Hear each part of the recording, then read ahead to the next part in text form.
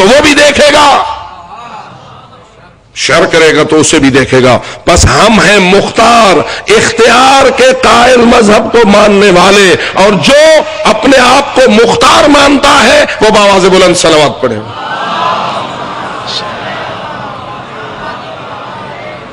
بس اگر کسی کے پاس استطاعت ہوگی اور نہیں گیا تو قصور کس کا ہے؟ تقدیر کا یا اس کا اپنا؟ جی تقدیر کا قصور ہے نا. وہ تقدیر ہوئے ہاں تو میں منجا ہاں. میرے دوست تقدیر کو اس حد تک نہ کر، تیرے اپنے اختیار میں بہت کچھ اللہ نے دے رکھا ہوا ہے. بس اگر کسی نے حج واجب ہونے کے باوجود نہ کیا اور مر گیا تو امام کا اعلان کیا ہے؟ یعنی کم از کم اللہ کہتا ہے، امام فرماتے ہیں ہو سکتا ہے اللہ روز محشر اسے یہودیوں کے گروہ میں کچھ دیر کے لیے معشور کرے. ہم علی والا ہو کے معشور ہونا چاہتے ہیں یا یہودی ہو کے؟ تو بیت اللہ کے حج کے لیے اپنے دل کو کھول اور جا اس مقام کو بوسہ دے جو فاطمہ بنت اسد کے لیے شگاف کا شکار ہوا تھا. میں حیران ہوتا ہوں، پتہ نہیں ہمارے لوگ کیسے کیا ہو گئے. کہیں سے کوئی معجزہ ہونے یا نہ ہونے کی جھوٹی یا سچی خبر آئے، فلان جگہ یہ ہو گیا ہے، فلان جگہ یہ ہو گیا ہے، تو بسوں کے بسیں بھر کے اس جگہ کو دیکھنے اور اس کو سلام کرنے کے لیے جاتے ہیں. پتہ نہیں وہ معجزہ صحیح ہوتا ہے یا غلط ہوتا ہے، کیا ہو رہا ہوتا ہے، کسی کا جعلی مکر ہوتا ہے، فراڈ ہوتا ہے، کیا ہوتا ہے. بھر کے جا رہے ہیں بسوں کی بسیں اور اس پہ خرچ کر رہے ہیں. جہاں پتہ نہیں معجزہ ہے یا نہیں، وہاں تو بھاگتا ہے، اور جو سراپا معجزہ ہے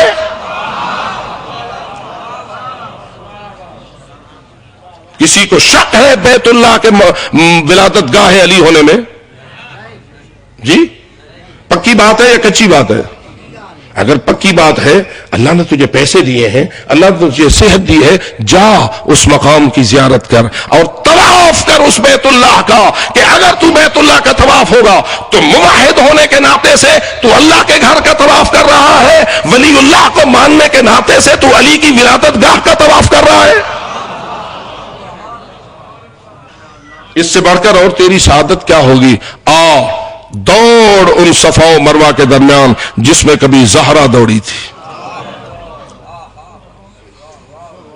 کیا فقط وہاں ہاجرہ دوڑی یا بی بی بطول بھی دوڑی؟ جی فرمائیے آپ، کیا بی بی زہرا نے حج کیا تھا یا نہیں؟ یہ حجت الوداع جس کے بعد علی کے ولایت کا اعلان ہوا، اور من کنت مولاہ فہذا علی مولا مقام غدیر میں کہا گیا. یہ رسول حج سے واپس آ رہے تھے نا، اور یہی رسول کا حج تھا. آج جب رسول حج پہ گئے تھے، اکیلے گئے تھے یا زہرا کو بھی لے گئے تھے؟ اور کیا زہرا بھی صفا و مروہ کے درمیان اسی طرح اس نے سعی کی ہوگی یا نہیں؟ اے اللہ، ہاجرہ دوڑی ہے، محمد مصطفیٰ کو دوڑنے کا حکم کیوں دیتا ہے؟ علی مرتضیٰ کو دوڑنے کا حکم کیوں دیتا ہے؟ فاطمہ زہرا کو یہاں دوڑنے کا حکم کیوں دیتا ہے؟ حسن مجتبیٰ کو کیوں دیتا ہے؟ حسین سید الشہداء کو کیوں دیتا ہے؟ یہ تو ہاجرہ سے افضل ہے. تو جواب آئے گا، میں ہاجرہ کے لیے نہیں، میرا حکم ہے جو میرا ہے اس کو ماننا ہوگا. اور یہی وجہ ہے 4 معصومین میں سے کون ہے جو صفا و مروہ کے درمیان سعی نہیں کرتا؟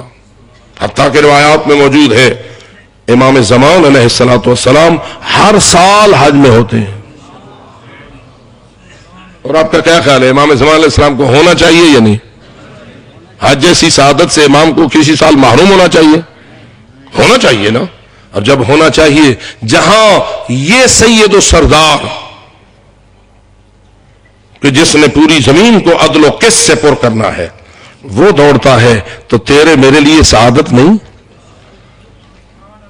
کہ ہم اس مقام کو زیارت کریں. لیکن جو بات میں کہنا چاہتا تھا وہ یہ، اللہ آپ کو حج پر لے جائے تو حج کیا ہے؟ کچھ پتھروں کا طواف، کچھ پتھروں کا بوسہ، کچھ پتھروں کے پیچھے نماز، کچھ پتھروں کے درمیان دوڑنا، کچھ پتھروں کو پتھر مارنا. کہیں محبت، کہیں نفرت، کہیں تولا. پتہ نہیں آپ بات سمجھ گئے یا نہیں سمجھ گئے؟ جس پتھر کو بوسہ دیتے ہو اس سے تولا کرتے ہو، جن پتھروں کا چکر لگاتے ہو ان سے بھی تولا کا اظہار کرتے ہو، جن 2 پہاڑیوں کے درمیان سعی کرتے ہو ان سے بھی تولا کا اظہار کرتے ہو، لیکن جن جمرات میں جا کے پتھر کی کنکریاں مارتے ہو وہ نفرت کے ساتھ مارتے ہو یا محبت کے ساتھ؟ اور نفرت کی کنکریاں تبرہ ہے، پس معلوم ہوا کیوں ان پتھروں سے تولا کرتے ہو اور کیوں ان پتھروں سے تبرہ کرتے ہو؟ تو جواب میں کہو گے ہمارا اس میں کوئی تعلق نہیں، اس کو پتا ہے کیوں ان سے تولے کا حکم دیتا ہے اور کیوں ان سے تبرہ کا حکم دیتا ہے۔ یہی وجہ ہے میرے عزیز دوستو، حق یہ ہے کہ انسان اپنے رب پہ ایمان لائے، جو وہ کہتا جائے وہی کچھ کرتا جائے، جو اس پہ ایمان رکھتا ہے وہ باواز بلند صلوات پڑھے۔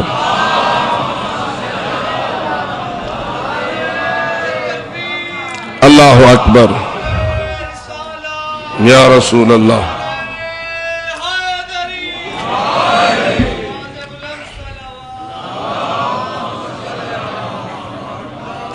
کتنی محبت تھی ان دیار قدس سے زہرا کے لال کو،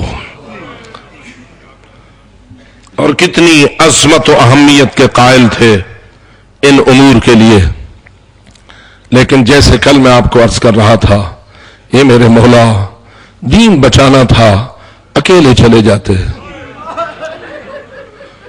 دین بچانا تھا اپنے بیٹوں کو لے کے چلے جاتے، فقط جوانوں کو اپنے کاروان میں بلا لیتے، جانتے تو تھے کہ کیا ہونے کو ہے، کتنی لمبی فوج جمع ہوگی، کتنے ظالم اکٹھے ہوں گے، کتنی تلواریں لائیں گے، کتنے نیزے ہوں گے، کس طرح پانی بند ہو جائے گا، آخر ان پردہ کو ساتھ لے جانے کا مقصد کیا ہے اور اس میں کتنی اہمیت ہے۔ میرے عزیز دوستو، یہ کوئی معمولی باتیں نہیں ہیں، غور تو کرو۔ یہ سوال کیا تھا حضرت محمد ابن حنفیہ نے حضرت امام حسین سے اس وقت جب امام حسین مکہ سے روانہ ہو رہے تھے، پتا چلا حضرت محمد ابن حنفیہ کو امام کوفہ کا قصد کر چکے ہوئے ہیں، آئے اور دیکھا، امام سے عرض کی مولا کیا آپ کوفہ جا رہے ہیں؟ کہا ہاں، ان کے خطا ہے میں جا رہا ہوں۔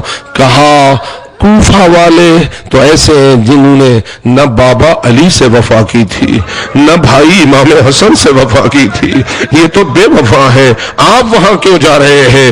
امام نے جواب میں فرمایا، اے میرے بھائی محمد، اگر میں کوفہ نہ جاؤں تو مکہ بھی تو میرے لیے جائے امن نہیں رہا، یہاں بھی تو قاتل آئے ہوئے ہیں، تو میں کہاں جاؤں؟ اس وقت حضرت محمد نے کہا آپ یمن چلے جائیں۔ جواب میں کہا اگر مجھے یمن میں بھی امن نہ ملے تو پھر میں کہاں جاؤں؟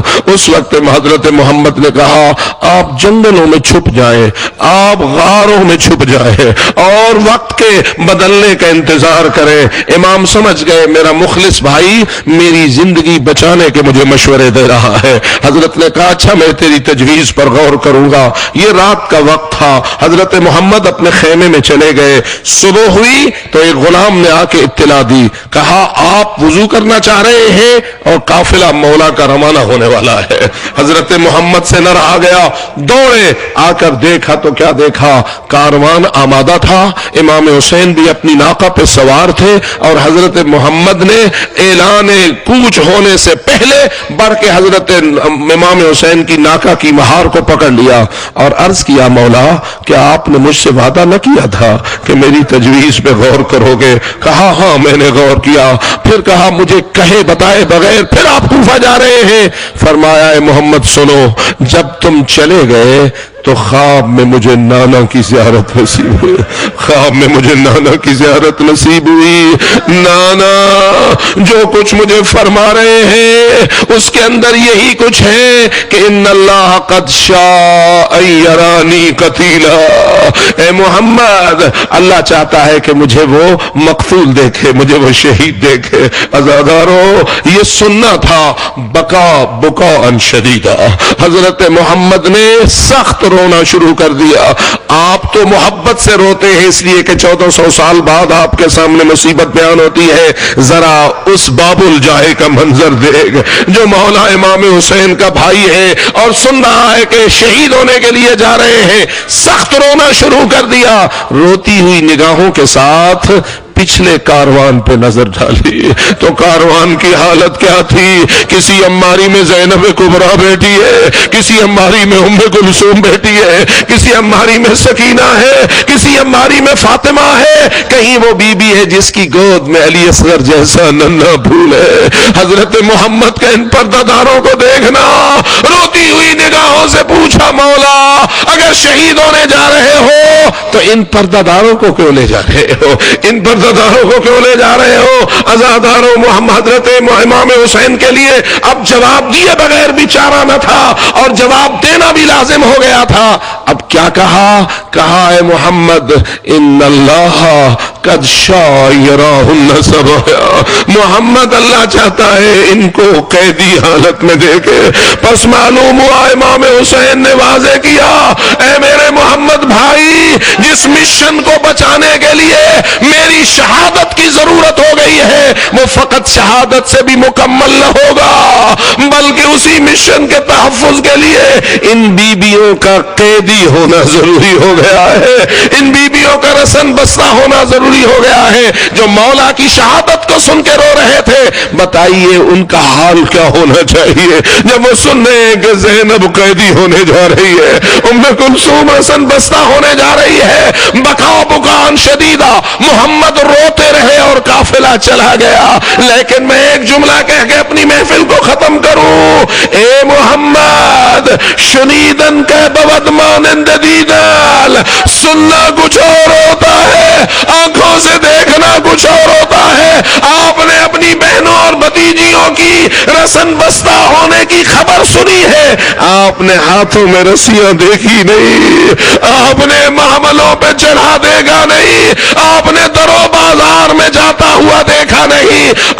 ذرا بتا اس چوتھے امام کے جگر پہ کیا گزر رہی ہوگی، اس پانچویں امام کے جگر پہ کیا گزر رہی ہوگی، جن کی آنکھوں کے سامنے ظالموں کے ہاتھ میں تازیانے تھے اور بیبیاں خیموں میں تھی، ظالم لوٹنے کے لیے آ گئے تھے، امام بستر پہ پڑے ہوئے تھے اور خود فرماتے ہیں کہ میں نے دیکھا جب درندے لوٹنے کے لیے اندر داخل ہوئے تو شریف زادیوں کا حال کیا تھا؟ یلزن بعضہن ببعض، ایک دوسری کی پشتوں کی پناہیں لے رہی تھی، ایک دوسری کی پشتوں کی پناہیں لے رہی تھی۔ میرا ذہن کہتا ہے جو معمر بیویاں ہوں گی وہ آگے آ گئی ہوں گی، جو جوان بیویاں ہوں گی وہ پشت کے پیچھے چھپنے کی کوشش کر رہی ہوں گی، لیکن ہائے عزادارو کیا کہیں اور کیسے کہیں؟ کیا اس چیز نے ان بیویوں کو حفاظت بخشی؟ نہ، چادریں لٹ گئی،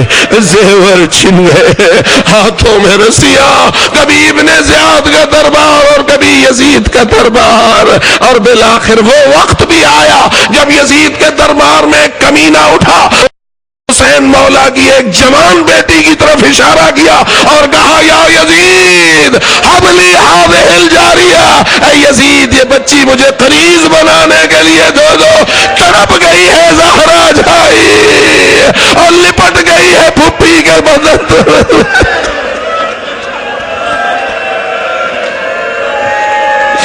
الا لعنت اللہ علی القوم الظالمین وسيعلم الذين ظلموا أي منقلب ينقلبون